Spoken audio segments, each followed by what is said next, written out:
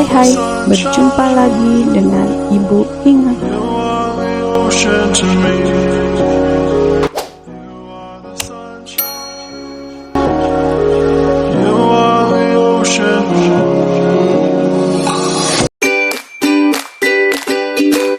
Assalamualaikum warahmatullahi wabarakatuh.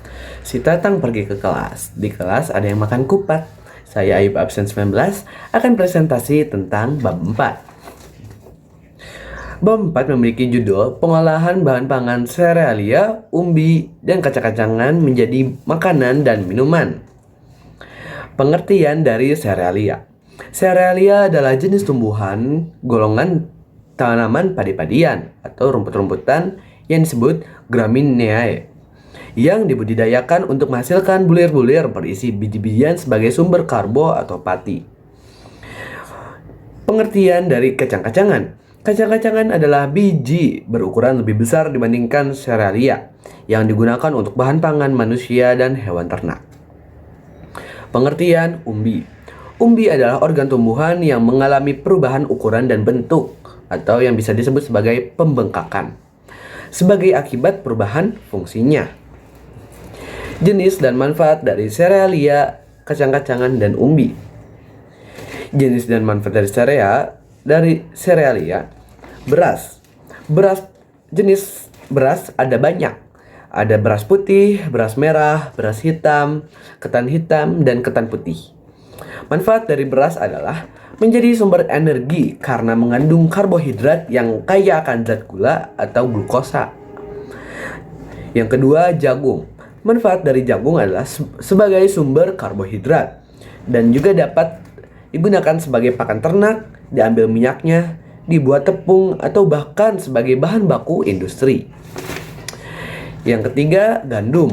Manfaat gandum adalah yang pertama, membuat kenyang lebih lama, menurunkan kadar kolesterol dalam tubuh, menurunkan berat badan, menyembuhkan sembelit, mengurangi resiko terkena kanker. Banyak sekali dari manfaat gandum ini. Yang keempat ada sorghum. Manfaat dari sorghum adalah dapat digunakan sebagai sumber pakan ternak. Lumbung bioetanol, bahan pembuat kertas, dapat memperlancar peredaran darah, kandungan gizinya sangat besar. Selanjutnya, kacang-kacangan. Untuk kacang-kacangan ada beberapa jenis dan manfaat yang sangat berguna bagi tubuh kita. Yang pertama adalah kacang tanah. Manfaat kacang tanah adalah mencegah cacat tabung saraf pada bayi yang baru lahir, menjaga kadar gula darah, menjaga sirkulasi aliran darah otak, dan juga mencegah kanker. Yang kedua, kacang hijau. Manfaat kacang hijau yang pertama adalah baik untuk program menurunkan berat badan dan juga dapat digunakan sebagai pendamping ASI, menjaga kekuatan dan pertumbuhan tulang dan gigi, menghaluskan kulit. Yang ketiga adalah kedelai. Manfaat dari kedelai yang pertama adalah membantu membangun sel tubuh, dapat mengatasi intoleransi laktosa. Jadi yang tidak dapat meminum susu sapi karena mempunyai intoleransi terhadap laktosa dapat meminum susu kedelai. Selanjutnya adalah menjaga kesehatan jantung dan juga mencegah anemia. Yang ketiga adalah umbi. Umbi juga ada beberapa jenis dan manfaatnya. Yang pertama adalah ubi jalar. Manfaat dari ubi jalar yang pertama adalah merawat elastisitas kulit. Jadi kulit kita dapat menjadi lebih elastis dengan mengonsumsi ubi jalar ini. Yang kedua adalah melindungi paru-paru. Yang ketiga mencegah kanker paru dan mulut. Yang selanjutnya adalah mengontrol kadar gula darah. Jadi umbi jalar dapat mengontrol kadar gula darah kita agar tidak melonjak tinggi. Selanjutnya adalah menstabilkan tekanan darah dan juga yang terakhir dapat mengurangi stres. Selanjutnya singkong. Manfaat dari singkong yang pertama adalah dapat melancarkan pencernaan. Jadi yang mempunyai masalah dalam pencernaan, kita dapat mengonsumsi singkong sebagai pengganti karbohidrat lainnya. Selanjutnya adalah sebagai obat panas dalam, obat luka bernanah, dan juga terbakar. Selanjutnya adalah talas. Manfaat talas adalah memperlancar pencernaan juga, sama seperti singkong, menjaga kolesterol darah, memperkuat pertahanan tubuh, sebagai obat encok atau obat encok, dan juga dapat digunakan sebagai pakan ternak. Yang terakhir adalah kentang.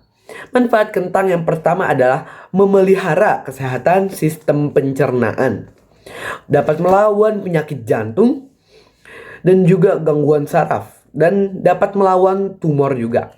Dan kentang ini dapat mengurangi resiko kanker prostat dan rahim, memelihara kesehatan kulit wajah, dan yang terakhir mengurangi kadar kolesterol. Ini adalah hanya beberapa jenis manfaat dari berbagai jenis-jenis serealia, kacang-kacangan, dan umbi. Yang pasti masih banyak sekali jenis-jenis dan manfaat-manfaat dari serealia, kacang-kacangan, dan umbi-umbian. Selanjutnya adalah pengolahan. Teknik pengolahan lebih tepatnya ya. Yang pertama ada teknik pengolahan panas basah. Itu ada 1, 2, 3, 4, 5, 6, 7. Ada 7 jenis teknik. Yang pertama adalah teknik merebus. Yang kedua adalah teknik merebus menutup bahan pangan. Yang ketiga adalah teknik merebus dengan sedikit cairan. Yang keempat adalah teknik menyetup atau menggulai. Yang kelima adalah teknik mengukus. Yang keenam adalah teknik mendidih. Yang ketujuh adalah teknik mengetim. Teknik kedua adalah teknik pengolahan panas kering. Jadi yang sebelumnya adalah pengolahan panas basah. Yang kedua ini adalah pengolahan panas kering, yaitu tidak dengan air atau uap. Yang pertama adalah menggoreng dengan minyak yang banyak. Yang kedua adalah menggoreng dengan minyak yang sedikit. Yang ketiga adalah menumis. Yang keempat adalah memanggang. Untuk memanggang ini terbagi menjadi beberapa bagian. Terbagi menjadi 2 bagian. Yang pertama adalah memanggang kering. Yang kedua adalah memanggang dalam oven menambah kelembapan. Yang lalu juga ada 3 jenis, maaf. Yang ketiga adalah memanggang dalam oven dengan menggunakan 2 wadah. Lalu yang terakhir adalah membakar dengan membakarnya. Selanjutnya adalah contoh hasil olahan. Contoh hasil olahan dari serealia yang pertama adalah beras dibuat menjadi nasi atau bubur. Jagung dibuat menjadi nasi jagung atau jagung bose. Lalu kacang-kacangan. Kacang tanah dibuat menjadi makanan cemilan seperti kacang rebus, kacang goreng, biskuit, bumbu kacang, dan masih banyak lagi. Yang kedua, kacang hijau dapat dibuat menjadi bubur kacang hijau yang sangat enak. Lalu yang ketiga adalah umbi-umbian. Banyak sekali olahan yang dibuat dari umbi. Contohnya adalah tiwul, dan ada juga tinutuan yang sebutan lainnya adalah bubur Manado. Itu sebuah makanan khas yang berasal dari Manado. Yang terakhir adalah penyajian dan pengemasan. Yang pertama adalah prinsip wadah. Setiap jenis makanan ditempatkan dalam wadah terpisah dan tertutup pada saat penyajian agar tidak terkontaminasi oleh bakteri atau kuman. Yang kedua adalah prinsip kadar air. Prinsip kadar air adalah penempatan makanan yang mengandung kadar air tinggi atau yang berkuah baru dicampur saat menjelang dihidangkan agar makanan tidak cepat rusak. Yang ketiga adalah prinsip bahan makanan dapat dimakan.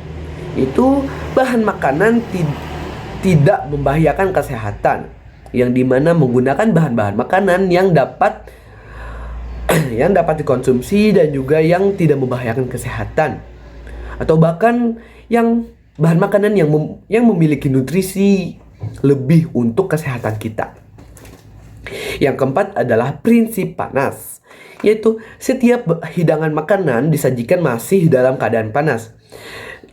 Beberapa hidangan makanan memiliki keunggulan dalam hal cita rasa, yang dimana mereka akan lebih nikmat jika kita mengkonsumsinya dalam kondisi masih panas. Yang kelima adalah prinsip alat bersih. Setiap peralatan harus dalam keadaan bersih dan higienis. Perlu digarisbawahi, dalam keadaan bersih dan higienis.